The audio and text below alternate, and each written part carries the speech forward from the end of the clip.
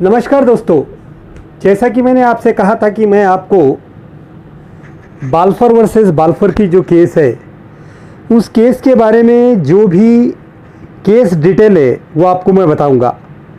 तो मैं आपको आज यहाँ पर बाल्फर वर्सेस बाल्फर की जो केस है वो बता रहा हूँ। आप लोग इसे अच्छी तरह से समझ लीजिए, ना समझ में आए तो एक दो बार सुन लीजिए, उसके बाद आपको कोई डाउट नहीं रहेगा। तो मिस्टर बाल्फर और मिसेस बाल्फर, इनका ये केस है। मिस्टर बाल्फर और मिसेस बाल्फर जो सिलोन श्रीलंका का पहला वाला नाम है, ये यहाँ रहते हैं। तो ये हॉलीडेज़ में इंग्लैंड को जाते हैं, इंग्लैंड को विज़िट करते हैं। मिस्टर बाल्फर एक इंजीनियर थे इरिगेशन डिपार्टमेंट में। तो ये दोनों हस्बैंड और वाइफ जब इंग्लैंड घूमने के लिए गए थे, वहाँ पर मिसेस बाल्फर की तबीयत खराब हो जाती है और इस वजह से मिसेस बाल्फर को इंग्लैंड में रुकना पड़ता है। मिसेस बाल्फर वहाँ पे रुक जाती है इंग्लैंड में और मिस्टर बाल्फर उन्हें अपने काम के कारण रिटर्न होना पड़ता है। लेकिन जब वो वहाँ से रिटर्न होते हैं या रिटर्न हो रहे होते हैं, उस वक्त वो अपनी वाइफ को यानी मिसेस बाल्फर को प्रॉमिस करते हैं कि वो उन्हें फ्यूचर एक्सपेंसेस के तौर पर हर महीने के लिए 30 पाउंड्स भेजेंगे। एज ए मेंटेनेंस बोलो, अलाउंस बोलो, या फ्यूचर एक्सपेंसेस जो भी लगने वाले हैं, प्रोबेबल एक्सपेंसेस जो भी है वो। मिसेस बाल्फर इस पर एग्री हो जाती है और मिस्टर बाल्फर अपनी वाइफ को 30 पाउंड्स भेजते रहते हैं।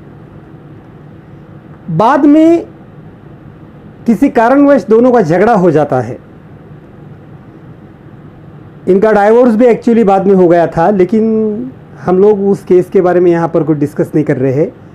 हम कॉन्ट्रैक्ट एक्ट के हिसाब से यहाँ पर बात कर रहे हैं, इसलिए हम सिर्फ इतनी बात करेंगे कि दोनों में किसी कारणवश झगड़ा हो जाता है और झगड़े के कारण मिस्टर बाल्फर मिसेस बाल्फर को वो 30 पाउंड्स मंथली जो मेंटेनेंस प्रॉमिस किया होता है वो देना बंद कर देते हैं। देना बंद करने के बाद में आप मिसेस बाल्फर काफ़ी गुस्से में आती है और मिसेस बाल्फर मिस्टर बाल्फर के ऊपर एक केस फाइल कर देती है। केस फाइल करने के बाद में बड़े मज़ेदार बात है कि लोअर कोर्ट में वो केस जीत भी जाती है। लोअर कोर्ट में वो केस जीत भी जाती है। कैसा है एक्चुअली कि इंडियन कॉन्ट्रैक्ट एक्ट जो है वो 1872 में आया है। ऑब्वियसली ये ब्रिटिशर्स ने ही बनाया है, इसलिए मेजॉरिटी ऑफ द केसेस जो है वो सब इंग्लिश है। और ये सारे जो केसेस है इनके ऊपर जो इम्प्रेशन रहा है वो भी पूरा ब्रिटिशर लोगों का ही रहा है। तो लोअर कोर्ट में वो केस जीत जाती है, लेकिन जब ये केस अपील कोर्ट में जाता है, अपील में ये कोर्ट जाता है, तो अपील में बहुत ही इंटरेस्टिंग वर्डिक्ट वहाँ पर आया है। कोर्ट ने डिसाइड किया है कि कैसा है, हस्बैंड और वाइफ या कोई दो दोस्त ये नेचुरल फ्लो में एक दूसरे को प्रॉमिसेस करते हैं, कोई बात करते हैं, लेकिन वहाँ पे कोई लीगल इंटेंशन नहीं होता है, बराबर है ना। तो हस्बैंड और वाइफ दोनों में जितने भी प्रॉमिसेस होते हैं उसमें कोई लीगल इंटेंशन नहीं होता है। तो there is no intention to create legal relationship. और जितने भी उनके अंदर ये प्रॉमिसेस वगैरह होते हैं ये सब डोमेस्टिक नेचर के होते हैं।